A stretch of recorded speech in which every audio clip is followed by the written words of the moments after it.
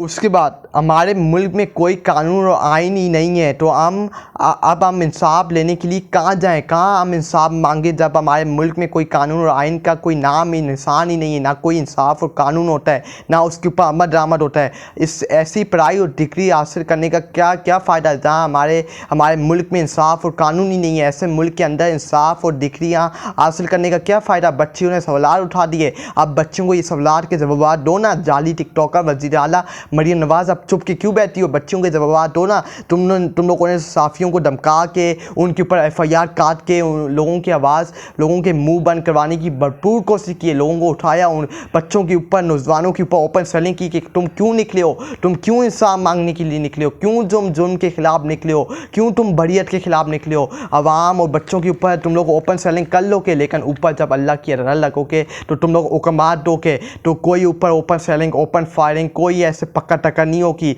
वहाँ लोगों का गिरबान होगा और तुम लोगों का, वहाँ लोगों के आर्ट होगा और तुम लोगों का गिरबान होगा। वहाँ तुम्हें इंसाफ देना पड़ेगा, वहाँ तुम्हें जवाब देने पड़ेंगे, क्योंकि वो अल्लाह की अदालत होगी। कोई वैसी आम वगैरह अदालत नहीं होगी। यहाँ जो अदालत के अंदर जो जज बैठे हुए हैं, जो इंसाफ नहीं करते, इंसाफ की कुर्सी पे बैठ के इंसाफ नहीं करते और जुल्म का साथ देते हैं, उनका भी इंसाफ होगा कि वो इंसाफ का, आपको अल्लाह ताला ने इंसाफ की कुर्सी में बिठाया और अल्लाह ताला ने आपको सबसे बड़ी पावर दी है कि आप इंसाफ करें, और आपको इंसाफ की कुर्सी में बैठ के आप जुल्म का साथ दे रहे हैं, जबर का साथ दे रहे हैं, जिस तरह काजी फाइज ईसा ने किया। काजी फाइज ईसा ने अपनी कुर्सी को बचाने के लिए, अपनी कुर्सी बचाने के लिए, अपनी एक्सटेंशन के लिए, अपनी मुद्दत मुलाजमत को बचाने के लिए उसको घर नहीं जाना था, उससे अवाम के साथ जुल्म होने दिया। अवाम की माए बहनों के ऊपर उसने गलीज़ हाथ उठाने की मुकम्मल उनको सपोर्ट की, सिस्टम को सपोर्ट किया कि आपको हम सपोर्ट करते हैं, और आज उसकी वजह से लोगों की माएँ बहनें महफूज नहीं हैं, लोगों की बेगमात महफूज नहीं हैं, लोगों के बच्चे महफूज नहीं हैं। उसके अहकामात की वजह से यही अल्लाह ताला की अदालत में जब पेश किया जाएगा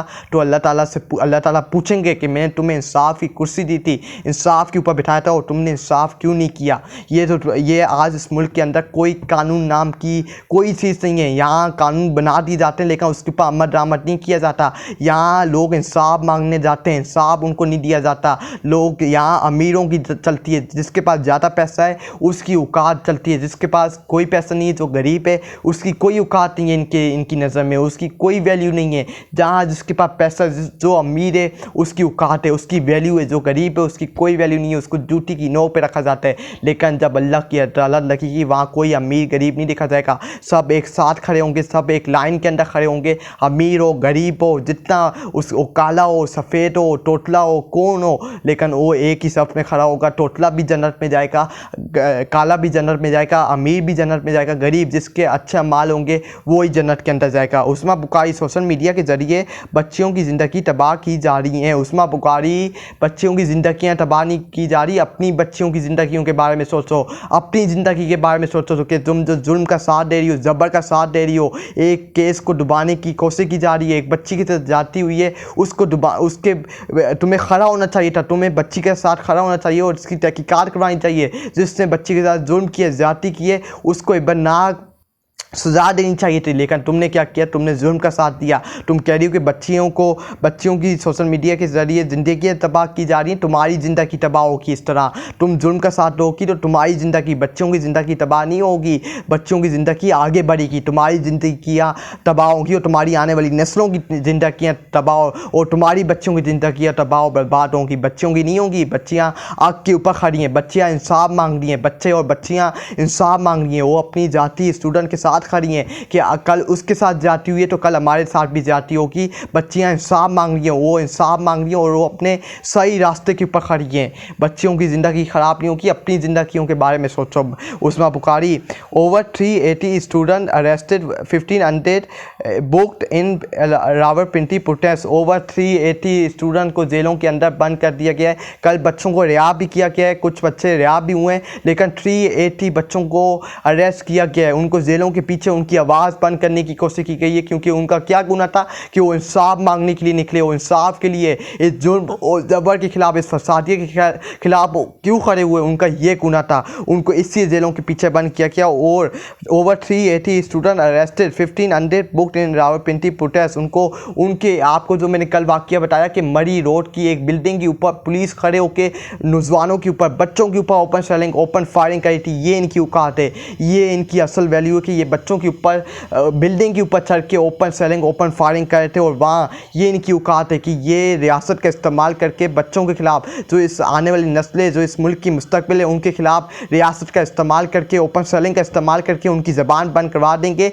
लेकिन अल्लाह के सामने ज़बान नहीं बंद करवा पाओगे। लोगों की आत होगी और तुम लोगों की गिरबान होगा। उसके उस्मा बुखारी, वालिदैन को नहीं पता इनके बच्चे ने क्या कर दिया है। 9 मई पार्ट 2 वाली लूट मार की गई है। स्कूल कॉलेज के तलबात ने प्राइवेट अमलाक को जलाया, लैपटॉप और डेस्कटॉप लूटे हैं। वाह, बच्चों के ऊपर अब लैपटॉप और डेस्कटॉप चोरी करने का इल्ज़ाम लगा दिया कि ये 9 मई का पार्ट 2 है। 9 मई पार्ट 1 भी फ्रॉड था और झूठा बयानिया था। 9 मई पार्ट 2 भी झूठा और फ्रॉड बयानिया है। सिर्फ ये सियासत के लिए इस्तेमाल किया जा रहा है, सिर्फ इसको डुबाने की कोशिश की जा रही है। जो कह रही है ना कि ये 9 मई का पार्ट 2 है, पार्ट 1 भी फ्रॉड और फ्लॉप था, उसको सिर्फ सियासत के इस्तेमाल किया गया है। उसके अंदर भी जो 9 मई का जो पार्ट 1 है ना, उसके अंदर भी इमरान खान और पीटीआई मुतालबा करती रही कि CCTV फुटेज को सामने लाया जाए, मुलजिमों को पकड़ा जाए, तहकीकात की कमेटी बनाई जाए। लेकिन उससे आप लोग भागते रहे। सुप्रीम कोर्ट के अंदर, हाई कोर्ट के अंदर, इस्लामाबाद की हाई कोर्ट के अंदर, और हाई कोर्ट के अंदर सुप्रीम कोर्ट के जज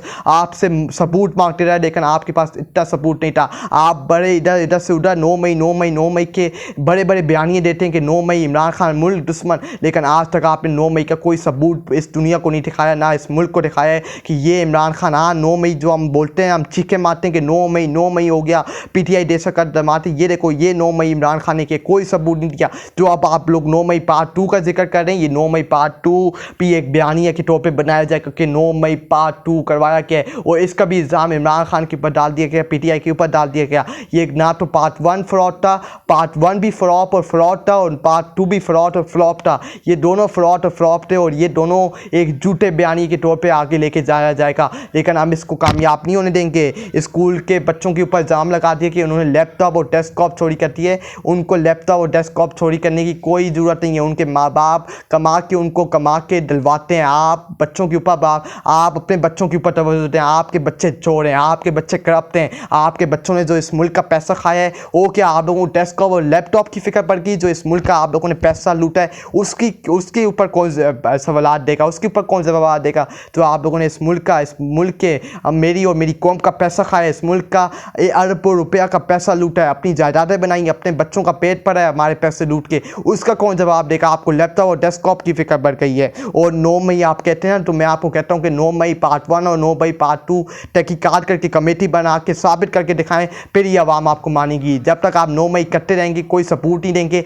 कैसे कोई कबूल करेगा? कैसे कोई मानेगा कि 9 मई हकीकत थी, कोई 9 मई पार्ट 1 और पार्ट 2 हकीकत थी? आपसे CCTV फुटेज मांगी जा रही है, लेकिन आप लोग सबूत देने में मुकम्मल तौर पे फेल हो गए हैं। फयाज शाह, मरियम नवाज जिन स्टूडेंट को कुचलने के लिए पुलिस रियासत का इस्तेमाल कर रही है, ये अगले 2 से 3 साल में नए वोटर्स रजिस्टर्स होंगे। सियासी मकबूलियत का ये इल्म है कि बाप बेटी दोनों को यूं डर से अपनी सीटें 8 फरवरी आ चुके हैं। ऊपर से ऐसे इक़दाम करके अपनी सियासत को दफन किया जा रहा है। और मरियम नवाज वेल डन और करो। ये फयाज शाह ने कहा कि मरियम नवाज जो स्टूडेंट के ऊपर इस वक्त जुल्म कर रही हैं, जो जुल्म के जबर का आसमान छू रही हैं, कुचलने की कोशिश की जा रही है, स्टूडेंट को कुचलने के लिए उनके ऊपर ओपन सेलिंग की जा रही है। ये अगले पुलिस के ज़रिए, ये पुलिस रियासत के ज़रिए जो बच्चों को कुचलने की कोशिश की जा रही है, उनका रियासत का इस्तेमाल करके बच्चों के ऊपर जो अटकंदे, उनकी ज़बानें बंद करने की कोशिश की जा रही हैं। ये अगले 2 से 3 साल में अपने नए वोटर रजिस्टर होंगी। और सियासी मकबूलियत का ये इल्म है कि बाप बेटी दोनों 8 फरवरी को इलेक्शन आ रहे हैं और ये आड़े हुए 70 सीटों पे जाली हुकूमत बनाए हुए बैठे, ये खुद अपनी खबर अपने हाथों से खुद खोट रहे हैं। अपनी खबर अपनी हाथों से ये खुद खोटे जा रहे हैं। जो ये फैसले करते जा रहे हैं और वो फैसले वो करवाते जा रहे हैं, ये अपनी खबर और जो नए वोटर्स अपने खिलाफ रजिस्टर करवाते जा रहे हैं। मरियम नवाज वेल्टन, और मैं तो मरियम नवाज कहूँगा करते जाओ, ये जुल्म कितना करोगे? के कितने 2 साल से इस मुल्क के ऊपर, इस कौम के ऊपर जुल्म हो रहा है, मुल्क को तबाह और बर्बाद करके रख दिया है। मैं मरियम नवाज़ को कहता हूँ और जुल्म करो, और बरियत करो, और लोगों के ऊपर जुल्म करो, उनको मारो पीटो लूटो करो, लेकिन तुम ऊपर जुल्म नहीं कर पाओगी। तुम्हें अल्लाह को ऊपर जवाब देना पड़ेगा। तुम्हें क़यामत के रोज़ ये तुम्हारा ये जो तुमने जुल्म किया है, तुम्हें आवाम का सामना करना पड़ेगा। जिन के ऊपर तुमने जुल्म किया है, तुम्हारे ख़ानदान वालों ने 40 साल इस मुल्क के ऊपर कब्ज़ा करके लोगों के ऊपर जुल्म किया है, लोगों के माल, मेरा और मेरी कौम का पैसा खाया है, ये अल्लाह को जवाब देना पड़ेगा। अब पैसे जो हमारी कौम के खाए, हमारे मुल्क को तबाह किया है, हमारी माए बहनों की तबाह, उनकी ज़िंदगियाँ तबाह और बर्बाद किए हैं, इसका सवाल, इसके जवाब अल्लाह की अदालत में देने पड़ेंगे। वहाँ कोई तुम लोग कोई एकमात नहीं दे सकोगे कि ये करो वो करो, वहाँ अल्लाह के हुक्मात चलेंगे, सिर्फ अल्लाह की पावर वहाँ चलेगी अल्लाह की अदालत में। उसके बाद मुदस्सिर हुसैन, स्कूल के बच्चों को दूध और कॉलेज के लड़कों को सेलिंग और रबड़ी की गोलियां, क्या ये खुला तरसात नहीं? मुदस्सिर हुसैन ने पूछा। उसके बाद सफ़ात अली, ये मैं इन जैसे लोगों के ऊपर लानत भेजता हूँ जिन्होंने पैसा लेके इस हुकूमत का साथ दिया, जुल्म और जबर का साथ दिया। एक बच्ची के साथ जाती हुई उसके साथ खड़े होने के बावजूद इन्होंने पैसे लेके, अपने पैसे जेबों में डाल के इन्होंने हुकूमत का साथ दिया। पाकिस्तान के कुछ सेलिब्रिटीज़, पाकिस्तान की कुछ एक्टर्स, मशहूर पर्सनैलिटीज़ ने इस हुकूमत का साथ दिया। Safat Ali, fake news, protest, crackdown, social media, outrage, more protests, more fake news, organized misinformation, violent protests, skeletons crackdown, dead bodies, riot, लड़कियां खुद से बातें बना रही थी, सब फ्रॉड और फेक है। मैं सफ़ात अली, ये पाकिस्तान का एक्टर है, सेलिब्रिटी है, पाकिस्तान का मशहूर सेलिब्रिटी है। मैं इसके ऊपर कहता हूँ कि तुम बच्चियों को फेक कह रहे हो, फ्रॉड कह रहे हो। मैं कहता हूँ तुम्हारा ख़ानदान फेक और फ्रॉड है। तुम पैसे लेके जुल्म का साथ दे सकते हो, लेकिन अल्लाह को जवाब क्या दो कि आवाम हकीकत नहीं जानती कि तुम ये पैसे लेके जो तुम बयानियाँ बदल रहे हो, बयानियाँ बदल के हुकूमत का साथ दे रहे हो, ये अवाम सब कुछ जानती है। तुम फ्रॉड और तुम फेक हो। बच्चियाँ फ्रॉड फेक नहीं है, तुम फ्रॉड और फेक हो। ये कोई बयानियाँ फ्रॉड नहीं है, ये हकीकत है। इसको डुबाने की कोशिश की जा रही है। अगर ये फेक होता तो CCTV फुटेज कैमरे नहीं तोड़े जाते, सबूत रखते और आवाम के सामने खुले आम रखते कि ये कोई ऐसी बात नहीं है। इसको डुबाने की कोशिश की गई और ये सब कुछ ये सब कुछ करवाया गया। इसको डुबाने की मसलसल कोशिश की जा रही है और बयानात दे जा रहे हैं मुख्तलिफ